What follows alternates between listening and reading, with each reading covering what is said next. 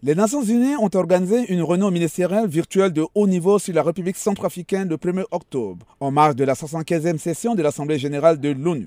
Cette réunion a été coprésidée par le président de la République centrafricaine, le président de la Commission de l'Union africaine et le président de la Commission de la CEEAC, avec la participation du secrétaire général des Nations Unies, Antonio Guterres, et en présence de son représentant spécial en République centrafricaine, Mankeur Ndiaye. À l'initiative du secrétaire général des Nations Unies lui-même, qui a tenu, malgré le contexte que nous vivons avec la Covid-19, à organiser cette réunion de haut niveau, cet événement de haut niveau virtuel, en mobilisant les principaux partenaires de la RCA, les membres du Conseil de sécurité, les institutions financières internationales, les pays de la région, également l'Union européenne, la CAC, l'Union africaine, pour encore une fois montrer tout l'intérêt que la communauté internationale porte à la situation en République centrafricaine.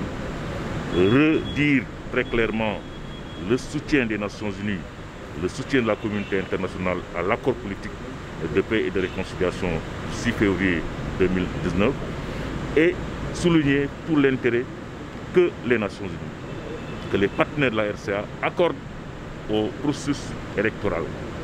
En cours, beaucoup de progrès ont été faits. Le président Kanté Touadéra l'a souligné dans son discours, des efforts significatifs ont été faits. Nous sommes sur la dernière ligne droite vers les élections, avec l'enrôlement des électeurs qui va être bouclé dans 2 semaines au plus tard, avec également l'enrôlement des électeurs de la diaspora centrafricaine également, qui est en cours, qui va être bouclé également dans quelques jours. Donc la voie est ouverte. Et je pense que le secrétaire général l'a souligné également dans son allocution, en disant qu'il faut mettre le peuple centrafricain au cœur du processus, mobiliser les jeunes, mobiliser les femmes et faire en sorte que ces élections soient des élections inclusives. Il y a la question du vote des réfugiés qui a été posée et nous exprimons également le regret que ce vote ne puisse pas être organisé. Le président Faustin Archange Touadéra l'a expliqué dans son allocution. Il y a quelques pays voisins qui n'ont pas répondu à la demande exprimée par le gouvernement pour obtenir l'autorisation d'organiser ce vote dans ces pays.